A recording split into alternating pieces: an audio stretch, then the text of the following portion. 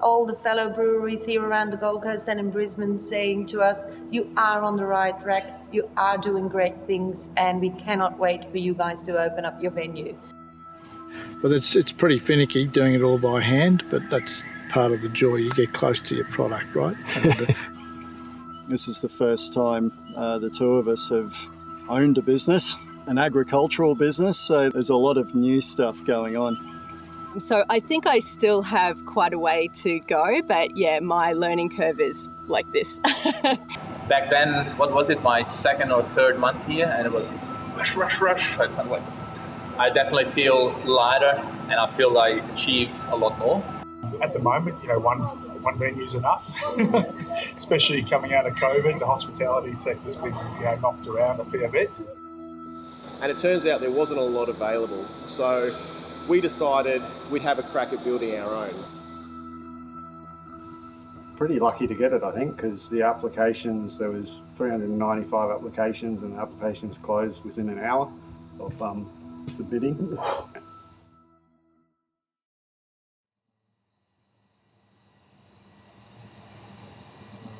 Good to see you, mate. Yeah, you too. Well, been a little while. Been a while. Yeah.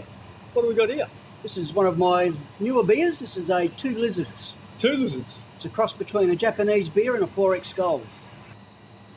At Laughing Lizard, John Land had some bittersweet news for me about his brother's retirement. Yeah, no, Gary pulled the pin about a year ago. Yep. Oh, just coming up to a year now. So, mate, what exactly happened with him? Did he plan this, or was it spur of the moment? Yeah, no, he'd always planned to retire at around the 60. We were hoping to sell the business together, but I was enjoying myself too much and thought I still had a few more good years in me, so I brought him out in the end. So how was it coping without Big Brother around?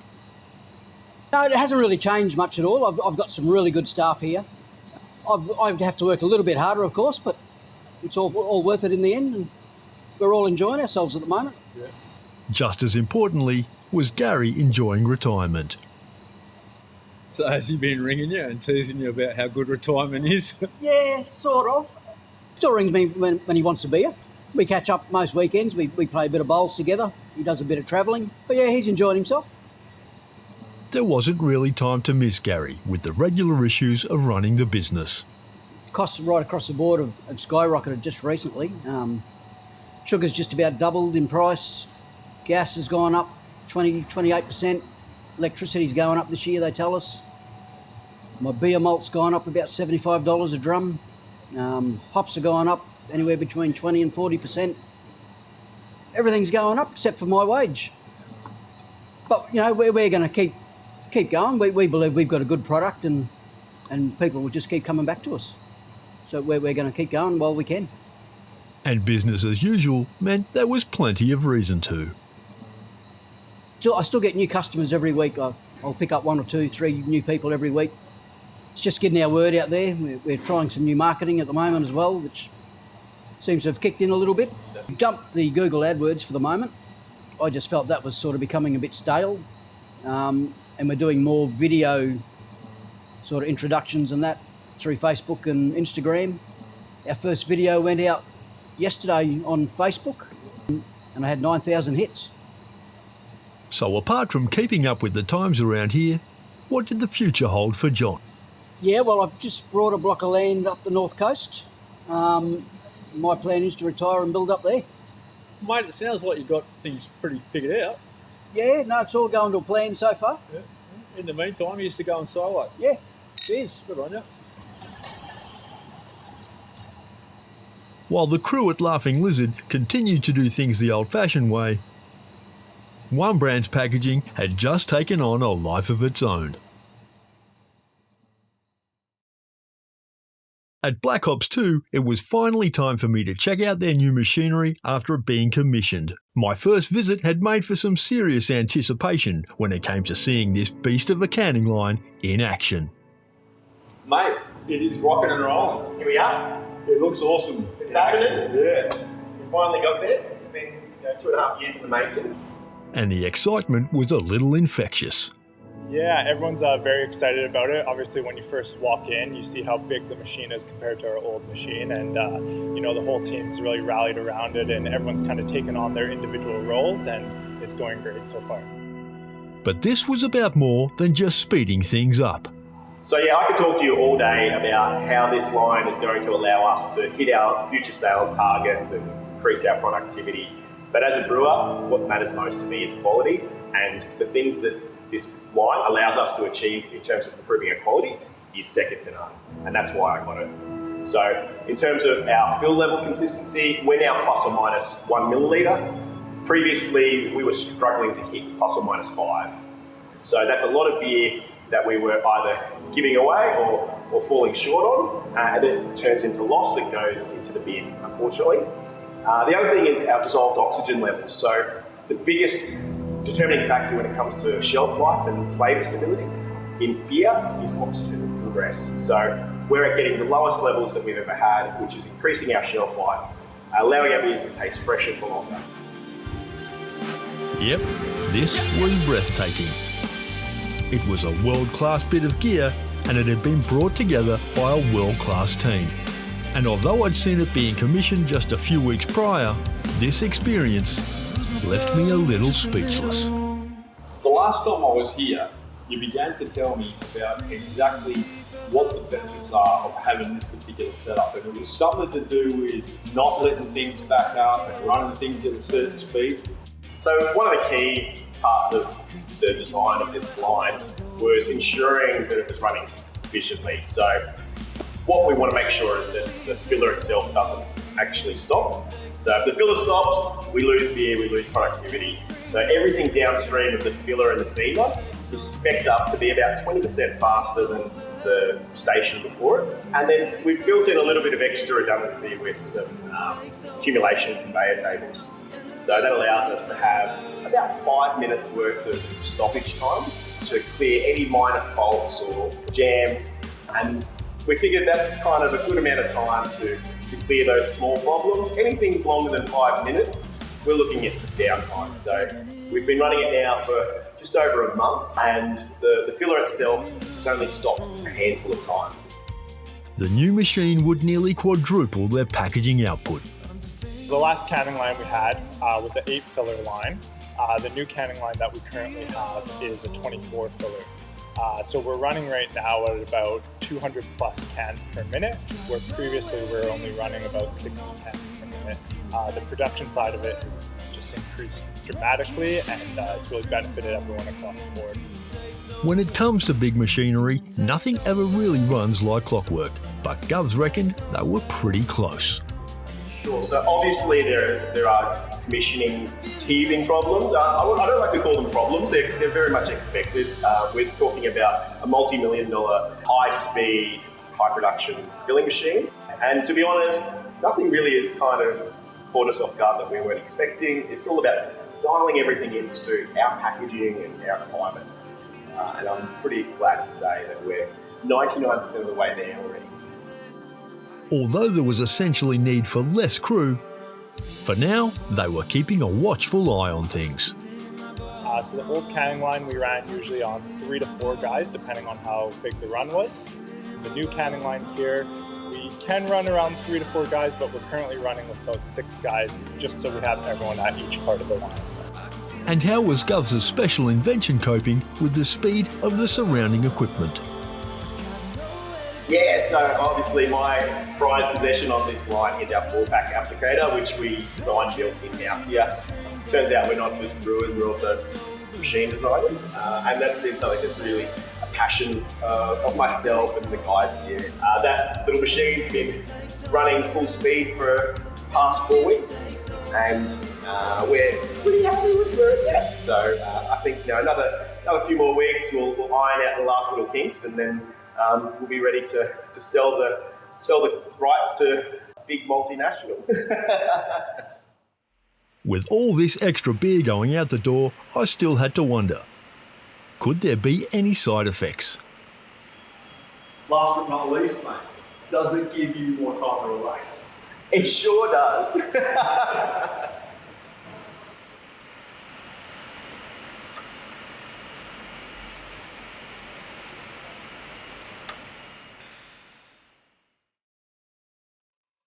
At Precinct Brewing in Burleigh, co-founder Jeremy had his own logistical issues to tackle. His operation may have been a lot smaller, but it was still showing healthy signs of growth. Busy as ever, so old Precinct ticks along. Venue's like busier than ever, if anything, so which is really good to see. Joining us for a chat was a former brewer turned sales rep that I'd met through another brand some 3 years ago at the start of the project. Well, a long time no see, man. What have you been up to? Oh, I've been busy, getting around, taking a step left from brewing. Now I sell hops for Hop Products Australia. Sim had given me my original tour of Newstead when filming commenced, and his new job meant that we were bound to run into each other. You find yourself doing this a lot, just running into people and having a beer. It's part of the job. Yeah, it's very much part of the job, and squeezing in work where I can. Yeah. Funny that brewing world, right? Oh, yeah. There seems to be beers involved quite often. Constant product knowledge. Life on the road for Sim was proving to have its perks. Seeing different breweries on a regular basis, catching up with old friends was just part of the job. I'm still seeing my brewing mates and visiting new breweries all the time, making more mates. It's really great to get around, still be a part of the whole industry. And his previous experience as a brewer had gone a long way to making him the perfect fit for the role. I suppose there's an understanding of who I'm talking to, what they need, when they want to be bothered, when they don't want to be bothered. Knows the world, has been in it long enough, and kind of can sense when we need help and we don't need help. And, As for Jeremy and the brand, Precinct had gained a reputation that was continuing to draw in new customers. Yeah, you get bits of that now. It's kind of interesting. You get that, start seeing the edges of that kind of brand maturity, I suppose. And it blows me away still, the amount of people that walk in here day to day, week to week, that have never been here before. It feels to me like every single person in the world's been through here already. And as a former brewer visiting so many sites, it might be fair to think that Sim would be hard to impress. Have you come across any beers in the last year or so and thought, shit, I wish I'd have brewed that? Yeah, seeing new beer all the time, that blows my mind. The caliber's up there, it's just incredible. But there was work to do, and it often included coming to the rescue of brewers in need. We thought we ordered it, but we didn't. What should I do? Oh, yeah. What's in the kettle already? It's like that. Yeah. Oh, I think I happen to know somebody down the road's got some. I might be able to, tap him on the shoulder.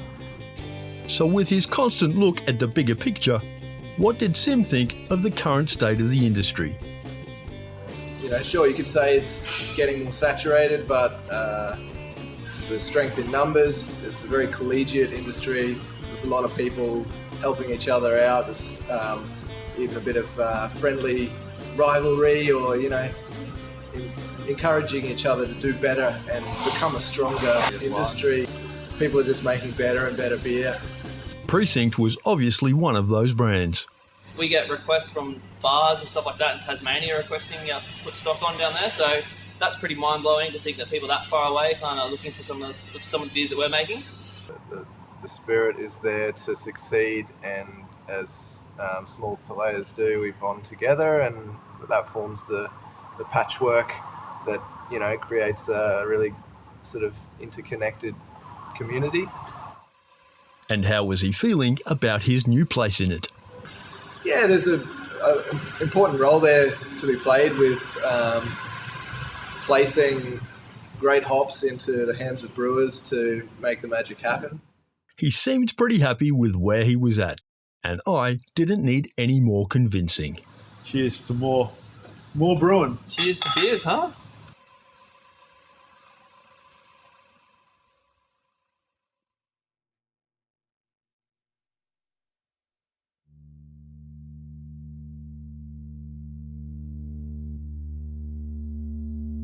At Burleigh Brewing, Brennan Fielding's long-term plan for the facility was continuing to take shape. As impressive as it was to look around and see things coming together, It was the chronological execution of Brennan's vision that really had me wondering how he did it.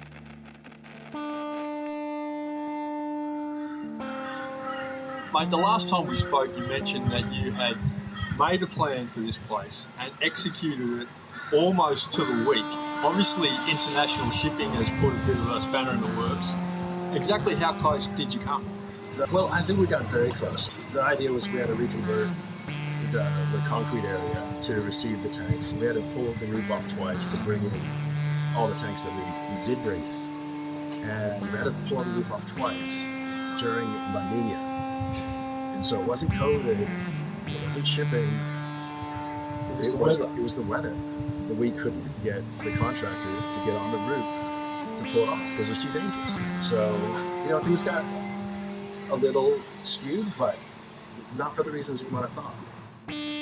Despite the global turmoil with the movement of goods and material, the schedule for expansion that Brennan had penciled up years before was still very close to coming together on time.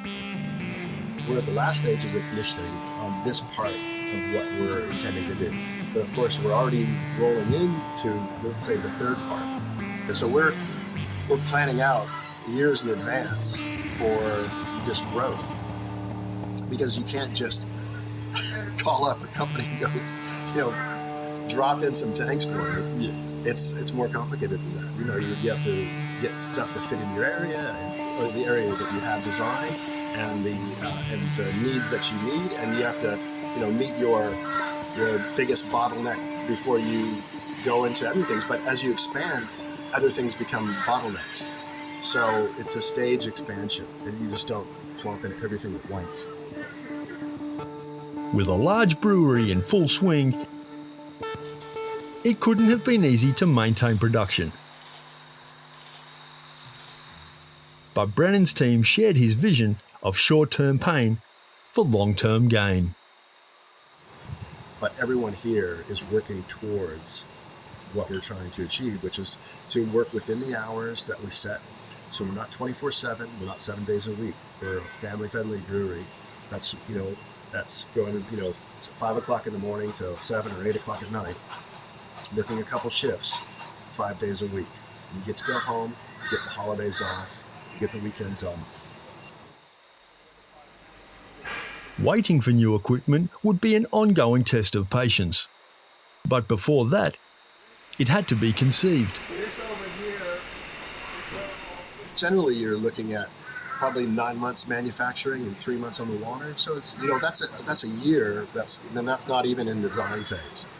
That's just once papers has been signed. And then shortages of electrical components. Right now maybe that adds a little bit more time.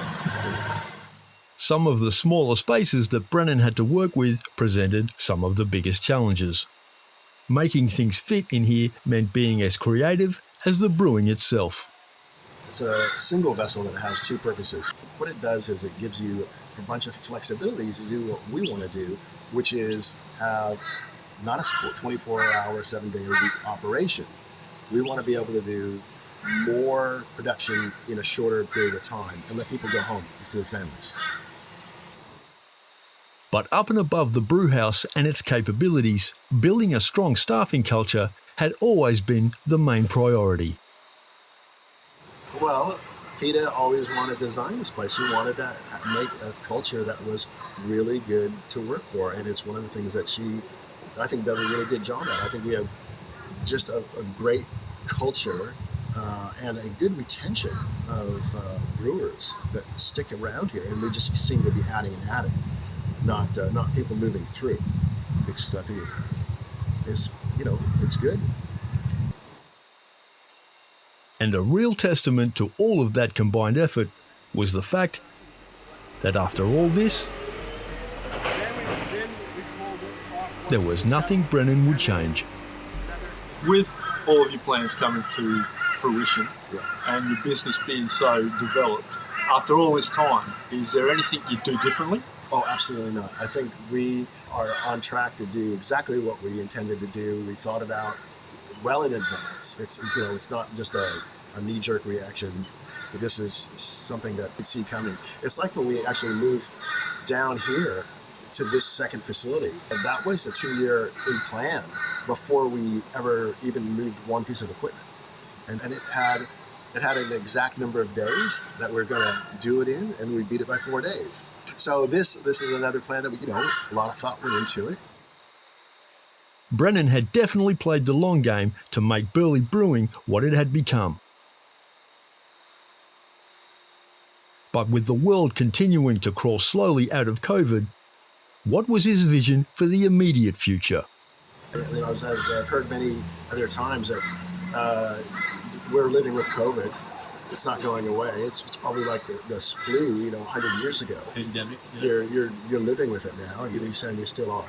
I think that things are going to be back to pre 2019. As we go further away from 2022. I look forward to people doing what they want to do, which is dancing and drinking and going where they want to do. And there's enough restrictions with flying, and now we've got that many more restrictions. Well, that's kind of a bummer, but let's get out of that.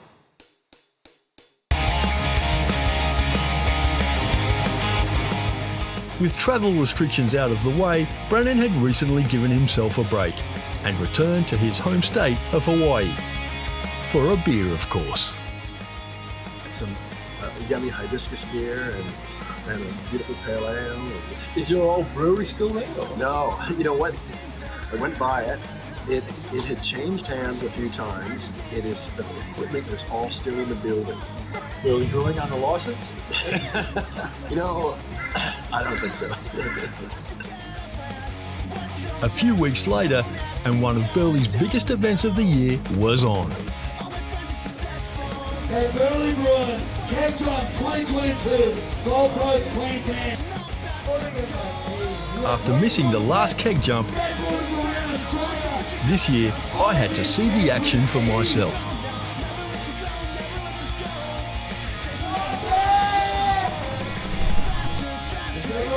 The annual event drew in skateboarders from all around the country. Not just to see who would take out top honours, but if they would outdo last year's record.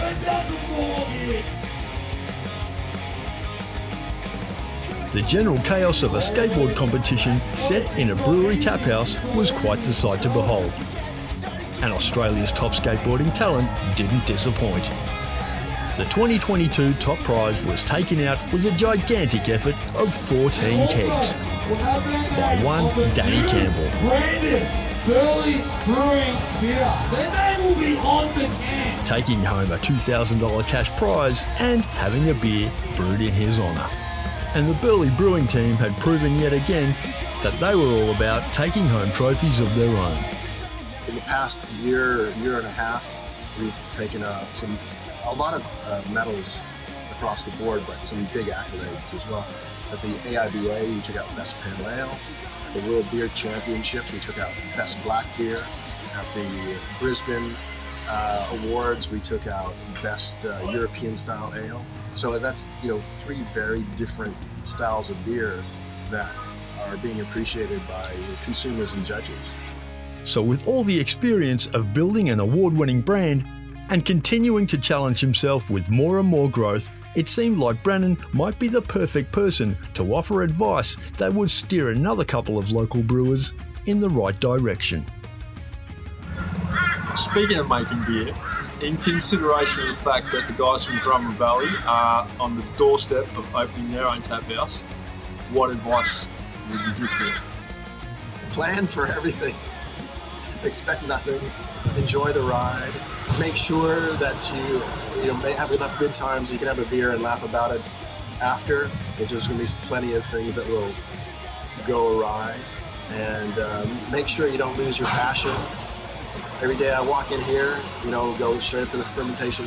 If you look at the fermenting beer, look at the magic of that. It's one of the things I always enjoy is after you brew the beer, you walk in the next day and everything's, all the numbers are hit just right and fermentation's taken off. You've done a great job again. Not that I get to brew all that much anymore, but we certainly have a passionate team that partakes in all those wonderful moments.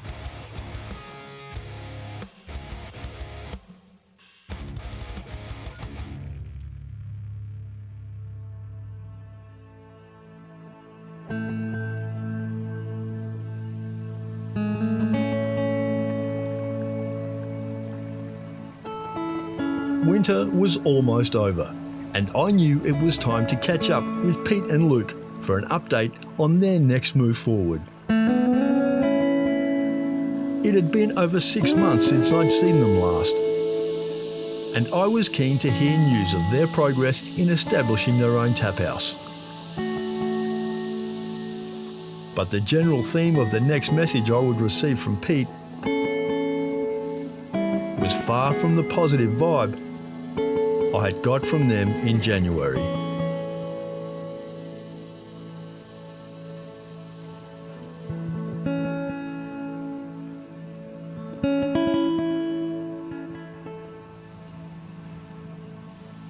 On my last visit here in January, the boys had some pretty promising news about their journey towards their own venue. They were taking a second attempt with a landlord who had essentially let them down once before. But at the time, things were looking pretty promising, moving along steadily. They'd got some funding, they were doing the grind and getting all the legals prepared. Around a month ago, I got confirmation from Pete that that had fallen through with that person for the second time. And it was heartbreaking.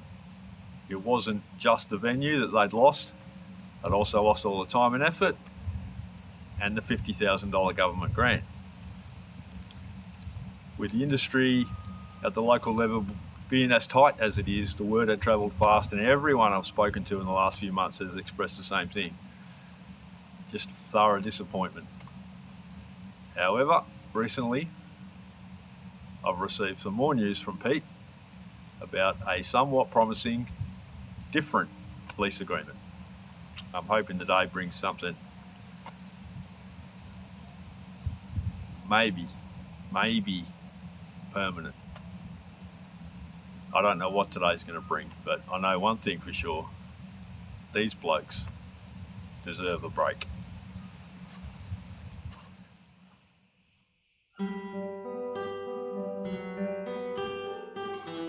Well, cheers, fellas. Yeah, Thanks for cheers, the beer. mate. Cheers. You're right, legend.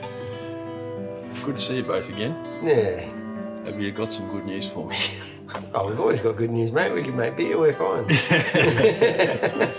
The email a couple of months ago, that was heartbreaking. And I've spoken to a lot of people and they all say the same thing, where are you going? As far as I'm concerned, I think we dodged a bullet and we've taken the time to process stuff and we're certainly not rushing into the next phase at this point. When you say you dodged a bullet, I thought the same thing. I mean, if this bloke fell over once before and then he let you, down again, maybe you got to take that as a sign. It was a long process, the whole thing. So, I mean, it's pretty much from when we started negotiating, 2 years on, and it falls through and the building's all, pretty much ready to go. It's 11 months to get a lease. Yeah. Fortunately, we've grown the business organically. There's not a lot of businesses, I think, who are going to lose 50 grand and, still be able to operate. Like, that could kill a lot of businesses. You feel like you've taken that in your stride? Yeah, we've worked really fucking hard to, get to that stage. Yeah. And, we're still pushing along. It's not ideal. That's probably, I think when I asked Luke, he said it'd probably take 2 years to make that money back, maybe longer. As far as I'm concerned, we didn't really do anything wrong. We're very fortunate for, the people we have in our circle, that have helped us out and make decisions and things. Yeah. There's a lot of emotion initially, but yeah, I think in the end of the day, we're fine. Who is in your circle? Are there people in other brands locally that have been an influence in helping you get through this? Yeah, for sure. We talked to the Black Ops guys, Dan and Eddie and Gubs have been great, just advising us around, what to expect in a lease. I remember Dan saying I think they've got 8 or so leases or something like that. People that were involved in the town planning side of all of that, which is where we spent a lot of our money on. You know, we've got my cousin, he was doing sort of the flood planning around it. We've got, you know, a financial advisor and stuff as well. So just advise, you know, someone for me to talk to. Am I, you know, making the right decisions? And you know, it's been heavy. It was really heavy. I mean, Luke and I were in the middle of kegging beer, which means the next day is a canning day. Yeah. And that's enough pressure. And then we're finding out from my uncle who's calling to say, we need to terminate now because these guys are no longer being cooperative, transparent. No, reasonable is probably the best legal term we can use. High pressure stuff going on at the time. It was stressful enough. I mean, my life's changed since that fell through, to be fair. Yeah. I feel like I'm way better. It was an incredibly stressful time, and yeah, I think it's probably happened for the best. Despite the incredible disappointment that was clearly notable in both of their demeanours, the resilience that they both displayed caught me completely from left field. Just give that to me, mate.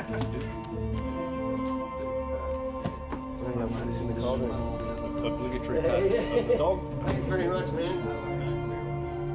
Amidst all this doom and gloom, Pete and Luke were finding a way to see through the darkness and continue to forge their own brewing journey.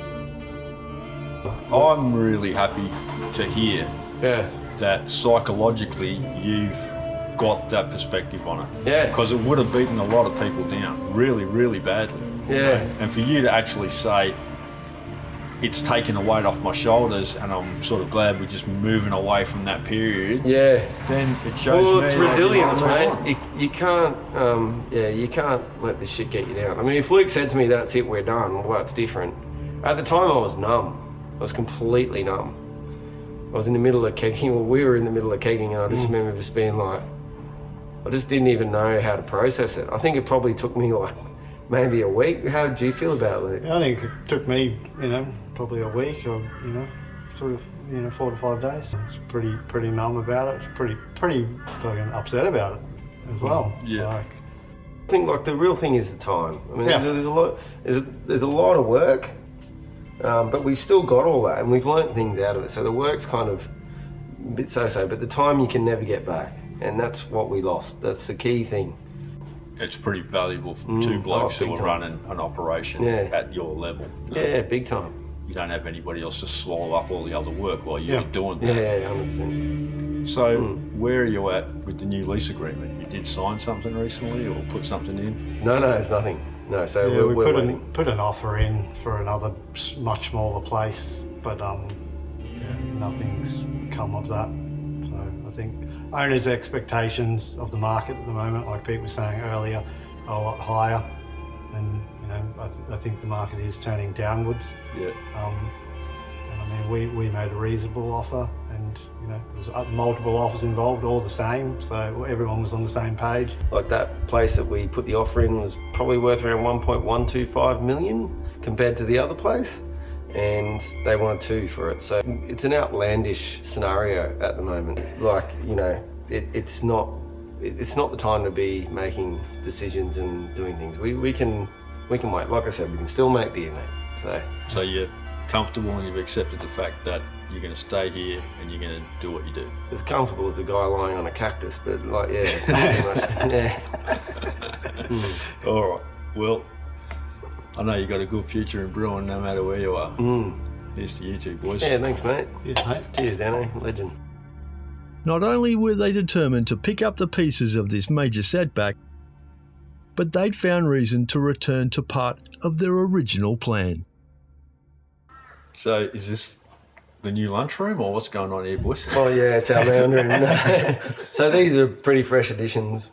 So this ties in because we've got finally mixed culture goodness in tank. We've only just recently brewed it, which is what we originally set out to do. Like from the start, we decided we were going to start this little small brewery with, you know, some clean beers, 1/3 clean beers, 1/3 like fast sours, like a Great Bubblegum Sour, which sort of the whole Gabs thing sort of put a bit of a stop on that. And, you know, don't have the tap room, but we've come back to sort of the early days where we're going to start putting some beer in barrels. Super excited to fill these up with it and start on that original path that we were going to do from day one, but sort of, we got sent down a different path. So there's a full circle, mate. Yeah, basically, yeah. It's really, Luke's been super patient, over the years, and now he's finally getting to do this. I know it's only 3 barrels, but I want to see 300. I'm ready to take an excavator into the hill and make a cellar in there, behind us with this that's going to be those sorts of beers. And I can't wait. I'm really excited, and hopefully there's some big barrel-aged stouts and stuff. Yeah, there's a lot more to come. This is just the beginning, and it's kind of poignant that we're sitting here with them while we're doing this interview. It's going to be cool. I feel like we haven't even had this other conversation a few minutes ago. Now I'm just looking at this like, there's a whole new era coming on here, isn't there? Yeah, this is cool. This is really cool. This is very cool. It's super exciting. Well, it's another cheers. Yeah, boys. Yeah. Let's see what comes out of these barrels.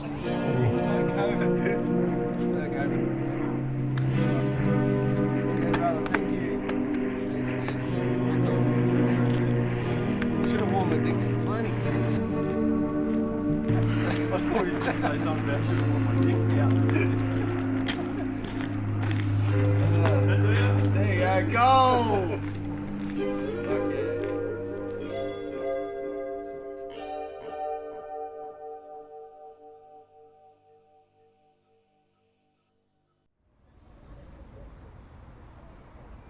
At Matic Brewing, Jimmy and Annalise were being kept busy with their venture, including preparation for the Crafted Festival, which was just days away.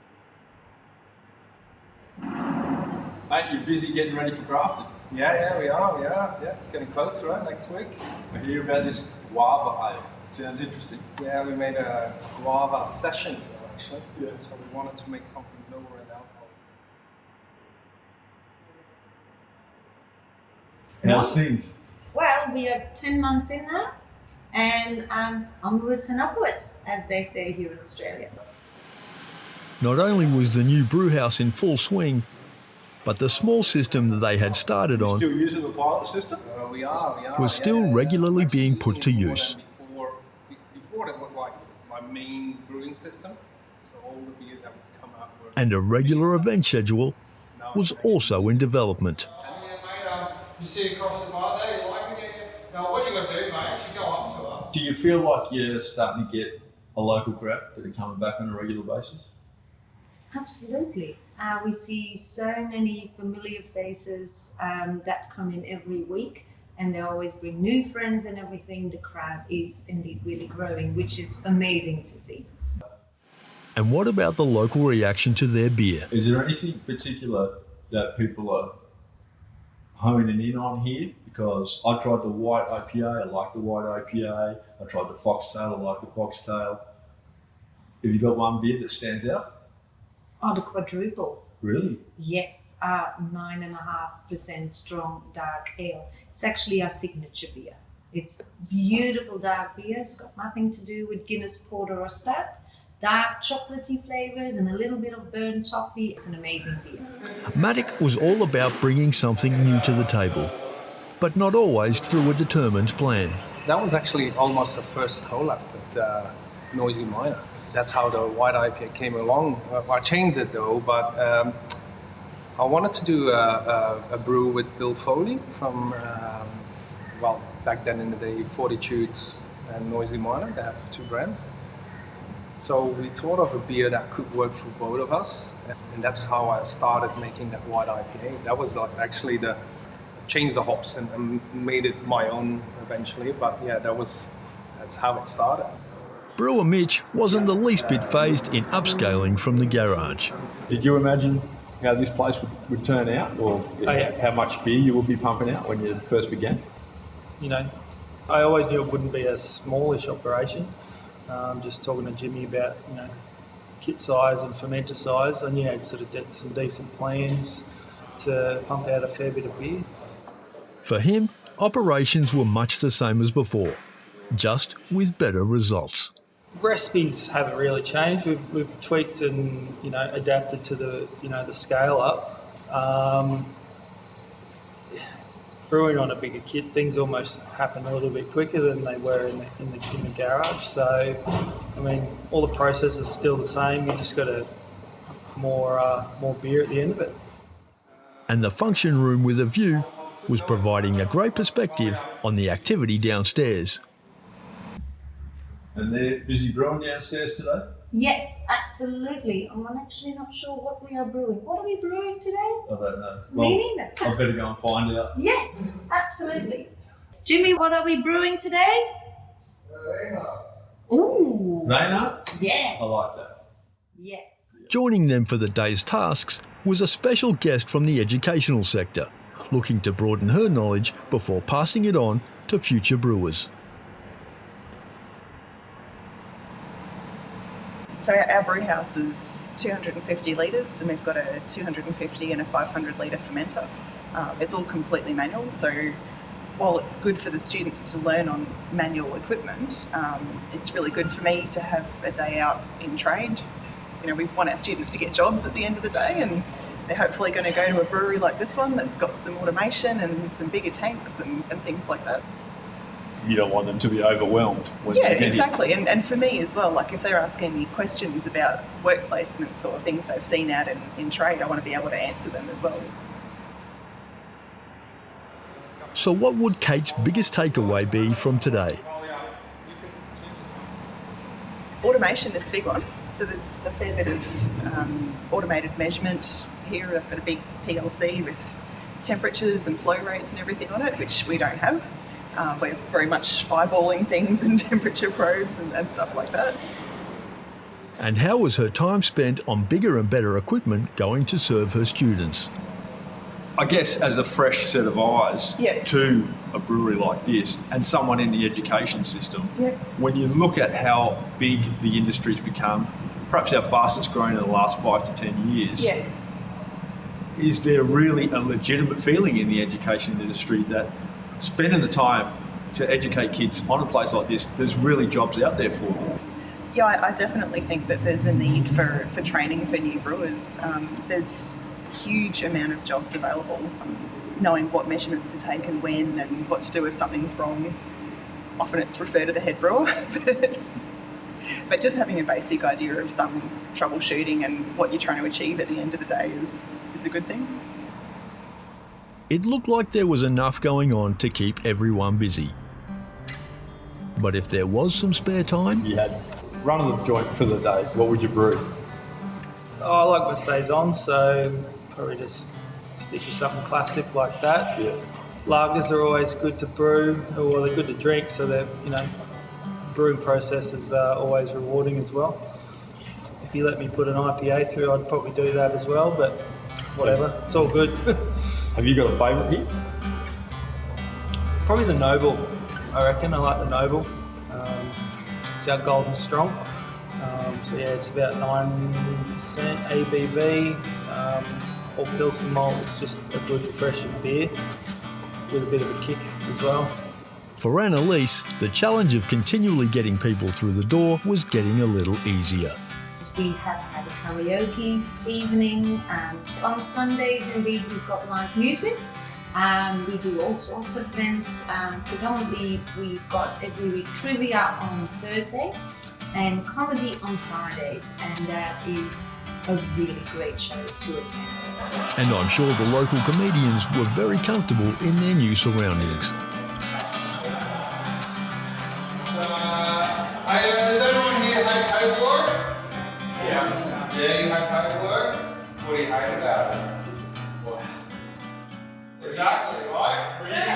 Reading, writing. It's been a challenging year, regardless, with COVID and the weather events and everything. But it is what it is.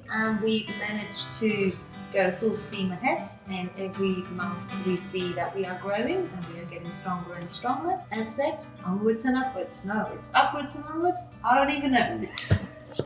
What is it? Onwards and upwards? Onwards and upwards. Onwards and upwards. Yeah, definitely. I was happy to forgive Annalise for not knowing the preferred vernacular, as she more than made up for her shortcomings in English by establishing another great local venue.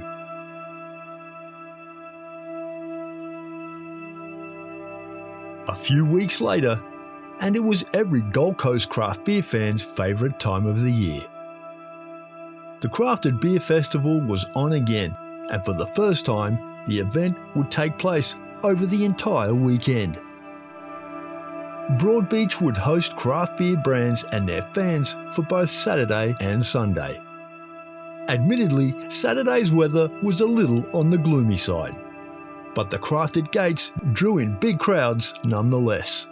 Even with the bad weather we had a little bit, because it was a bit coldish yesterday night, it was still like an awesome turn-up. So yeah, it was really, really good. Great weather, a little bit cold towards the end, but during the daytime it was great. This year's winners of Brewers' Choice and People's Choice went to 7 Mile and Blaster Brewing Companies. And Aussie rock stars British India did a top-notch job of capping off Saturday night's main event. Yeah, so we collaborated with Crafted this year to do a little beer for the festival in conjunction with British India, the band. So they had a big set there last night and cranked it out. It's really good. So it's a 5.5% IPA, citrus, stone fruit, easy drinking. It's going to be our next monthly release that we're going to do. So it's a little soft opening for the festival, and it's been a huge hit. Already gone through a keg and a half. But for me, Crafted 2022 was all about chilling out on Sunday and spending time with the people in the industry that I'd come to know so well.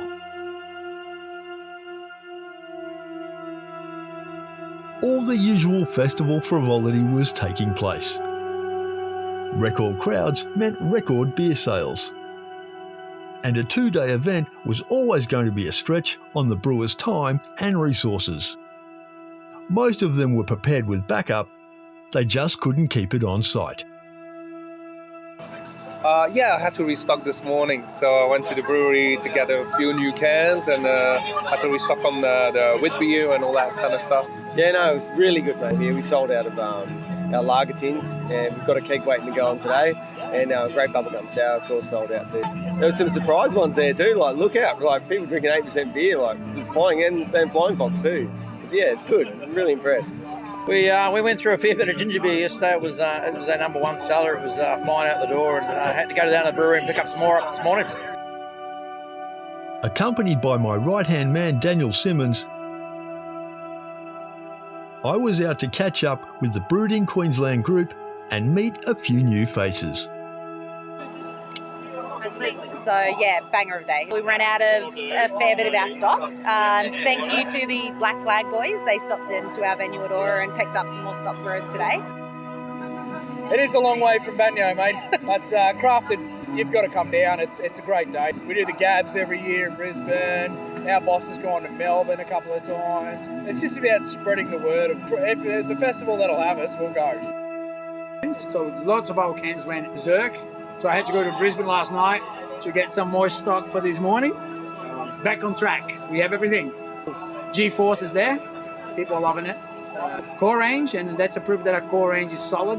We're having this conversation before with some of our loyal customers, and they're saying your core range is my favorite core range in every craft brewery in Brisbane, and that's a huge compliment for us. 2022 had brought about major changes for me. After 30 years in the liquor industry, I was now working for the Gold Coast's busiest music shop. Gold Coast Music, Dan speaking.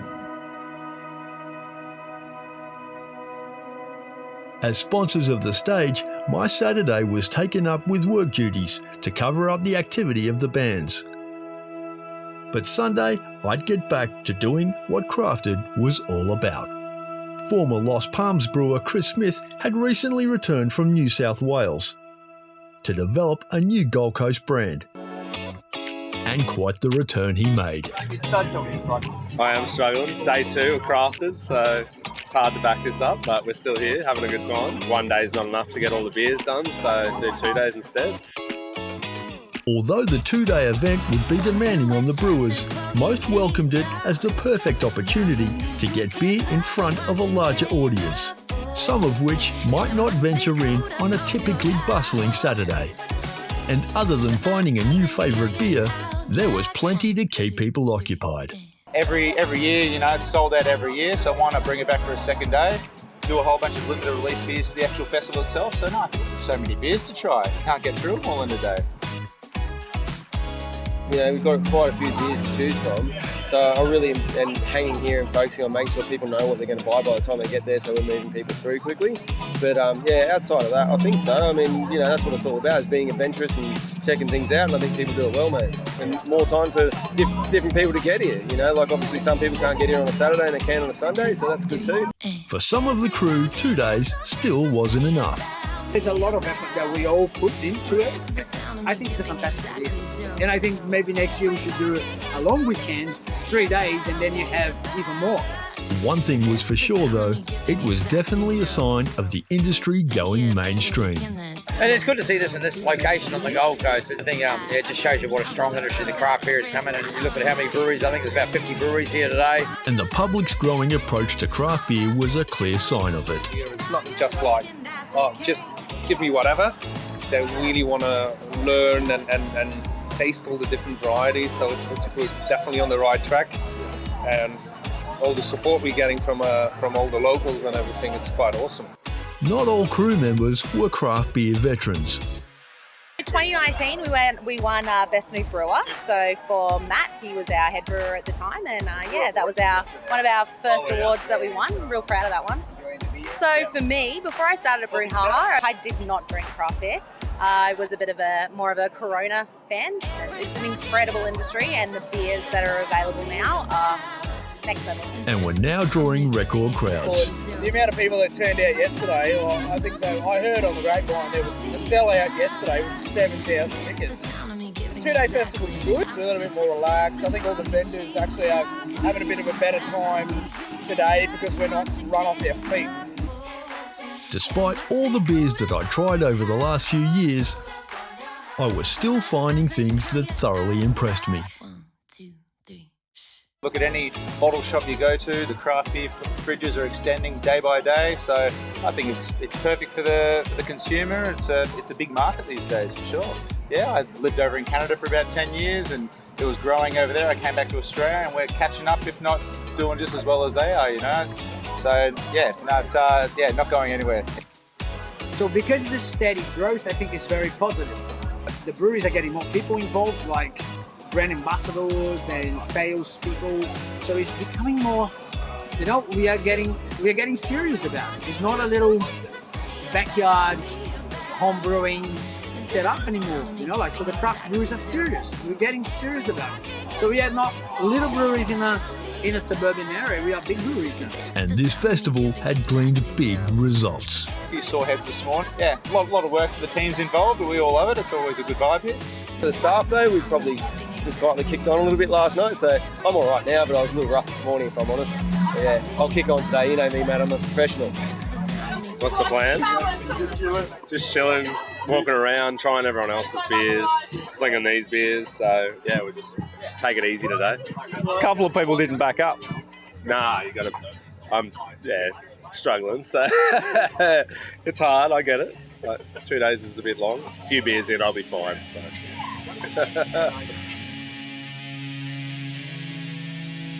It was at this point I felt my craft beer investigation had come to an end. Through the ups and downs that came along with the industry's challenges, I'd watched key figures in craft beer grow their businesses.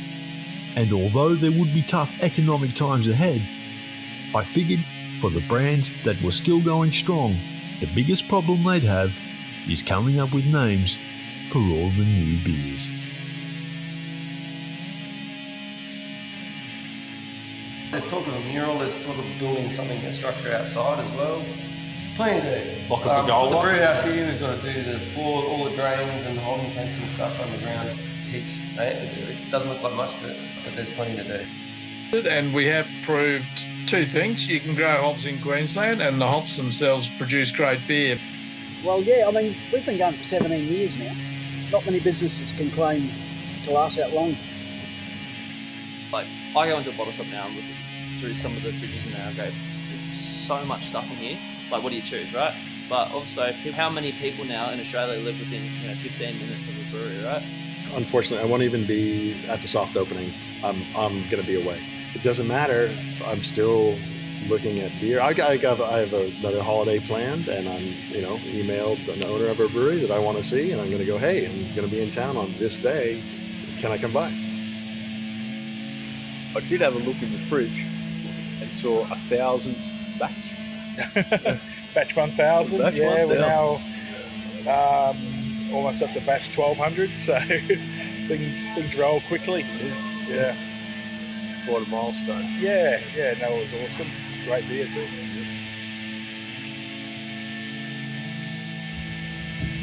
So we have to work around it a bit up, make everything work.